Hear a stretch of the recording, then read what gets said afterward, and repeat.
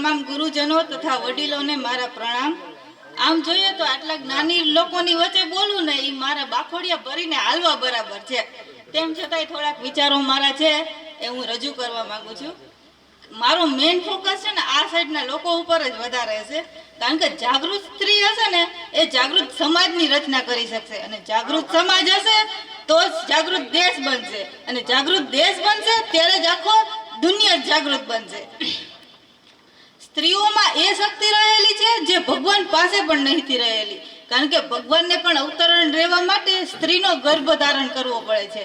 તો આ શક્તિ જે ભગવાનને જન્મ આપી શકતી હોય એ કઈ મામૂલી તો હશે નહીં।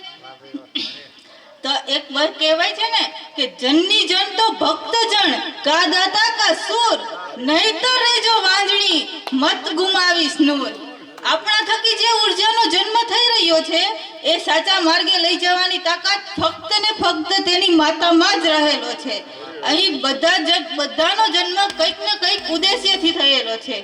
એ ઉદ્દેશ્ય આપણે પૂર્ણ કરવા અને એ ઉદ્દેશ્ય શું છે એ જાણવા માટે આપણે પહેલેથી જ બાળકને ઉછેર એ રીતે કરવો પડશે કે તે તેના ઉદ્દેશ્ય સુધી પહોંચી શકે। આમાં મેં ઘણા વડીલો પાસે એવું સાંભળેલું છે કે કહેવાય ને કે હવે આ કળિયુગ છે, સંગતની અસરના કારણે છે ને બાળકમાં ખરાબ સંગત થઈ જાય છે કે આ તે, તો એના ઉપર હું એક સ્ટોરી કહેવા માંગીશ। ભગવાન બુદ્ધની છે। વાર્તા એવી રીતે છે કે ભગવાન બુદ્ધ અને તેના અનુયાયીઓ હતા ને એ થોડા સમયાંતરે યાત્રાઓ પર નીકળતા।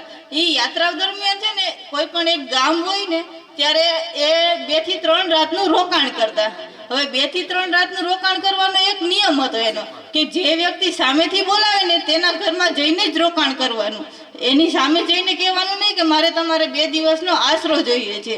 તો એક ગામમાં પહોંચ્યા, ભગવાન બુદ્ધ અને તેમના અનુયાયીઓ બધા તેમની સાથે હતા।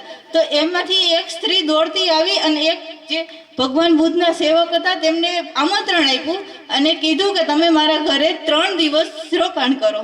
તો એમાં વાત એવી હતી, એ સ્ત્રી હતી જે પોતાનો દેહ વેપાર કરતી હતી, તે વેશ્યાવૃત્તિ સાથે જોડાયેલી હતી। હવે જે સાધુ મહારાજ હોય એ આ વેશ્યાવૃત્તિ વાળા સ્ત્રીના ઘરમાં જાય તો લાંછન કોને લાગે? એના ગુરુને લાગે। એટલે એ સેવક હતા એને એક જ વસ્તુ કીધી કે હું મારા ગુરુને પૂછીને કહીશ।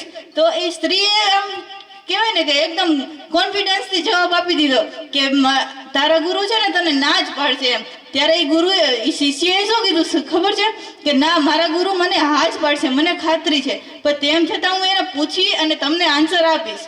પછી એ ગુરુ ભગવાન બુદ્ધ પાસે જાય છે અને ભગવાન બુદ્ધને પૂછે છે કે મને આ સ્ત્રીએ આમંત્રણ આપ્યું છે 3 રાત રોકાવા માટે।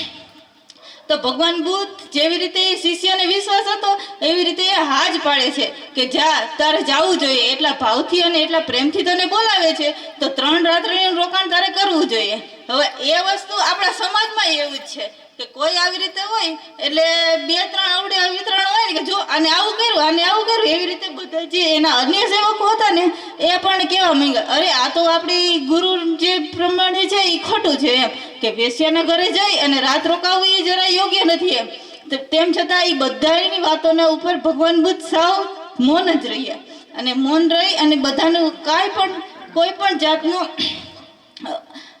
આપ્યા વગર એ ખાલી ચૂપ જ રહી અને 3 દિવસ માટે બીજા જે સેવકો હતા ને એ 3 રાત્રિ દરમિયાન એ આજુબાજુના બારીઓ એના ઘરની બારીએ જોવા જતા, કાન સાંભળતા કે આની અંદરથી શું અવાજ આવે છે આ તે, અને પછી 3 દિવસ સુધી સતત ભગવાન બુદ્ધ પાસે આવી અને એની ચાળીઓ ફૂંકતા, ભગવાન એમાં તો જુઓ ગીતના અવાજો આવે છે, આમાં તો જુઓ નૃત્ય કરે છે, આ કરે છે। આ સેવક તો આપણા હાથમાંથી ગયો।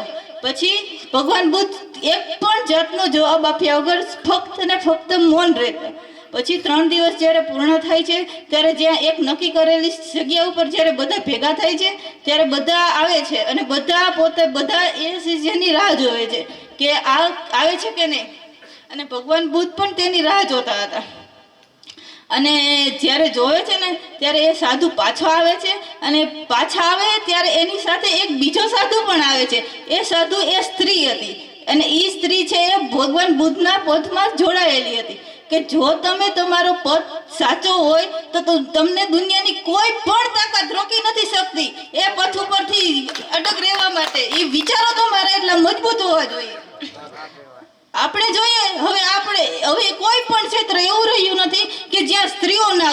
સાયકલથી તે લઈને પ્લેન સુધી. હવે ઓપરેશન સિંદૂરમાં મેઇન રોલ તરીકે તમને ખબર છે વ્યોમિકા સિંહ અને સોફિયા કુરેશીના નામ સાંભળે છે? ક્યારે નેટ ઓલા રીલ્સ જોતા હોય ત્યારે હે ને? હવે એ સ્ત્રીઓ પાકિસ્તાનમાં જઈને યુદ્ધ કરીને આવી, એનામાં હિંમત કેટલી હશે એ તો વિચાર કરો તમે. અને આપણો તો એક ગરોળી જઈને ઓહો.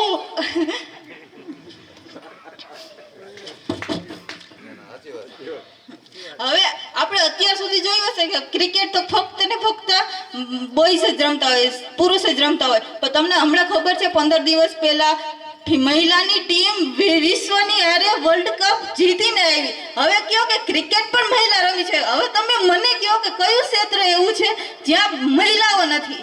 તો હવે આપણા ઘરના વાતાવરણ ઉપર નજર કરીએ. છોકરી જ્યારે નાનકડી હોય ને ત્યારથી જ એને કહેવામાં આવે, દીકરી તારે કામ શીખવાનું છે, કાલે સવારે સાસરે જવાનું છે. દીકરી તારે આવા કપડાં નથી પહેરવાના કારણ કે તારે છોકરાઓ પહેરે. અને એવા તો ઘણા બધા નાના નાના વિચારો હોય. હવે એ વિચારો કે બાળકની મેન્ટાલિટી કેવી હશે? ભગવાન બુદ્ધ, ડોક્ટર આંબેડકર, સાવિત્રીબાઈ ફૂલે અને આપણો નિરાજ સંપ્રદાય પણ એમ કહે છે કે સ્ત્રી ને પુરુષ એક જ સમાન છે. તો આપણે શું છે કે જે આપણે ભેદભાવ કરી છે? બરાબર છે. દીકરીનો જન્મ થાય એટલે આપણે એવું વિચારીએ કે પારકી થાપણ છે, દીકરા સિવાય કોઈ કુળ આગળ વધારી નથી શકતી. પણ એક વસ્તુ સત્ય છે કે બાળકને જન્મ ફક્ત ને ફક્ત સ્ત્રી આપી શકે છે. તો ક્યાંથી પુરુષથી કુળ આગળ વધ્યો? અને રહી વાત બાળકની પાછળના નામની, તો એ નામ છે ને એ હવે આપણે એટલા સ્ત્રીને એટલી એજ્યુકેટેડ બનાવી કે જે પોતાનું પિતાનું નામ આ જીવન જાળવી શકે.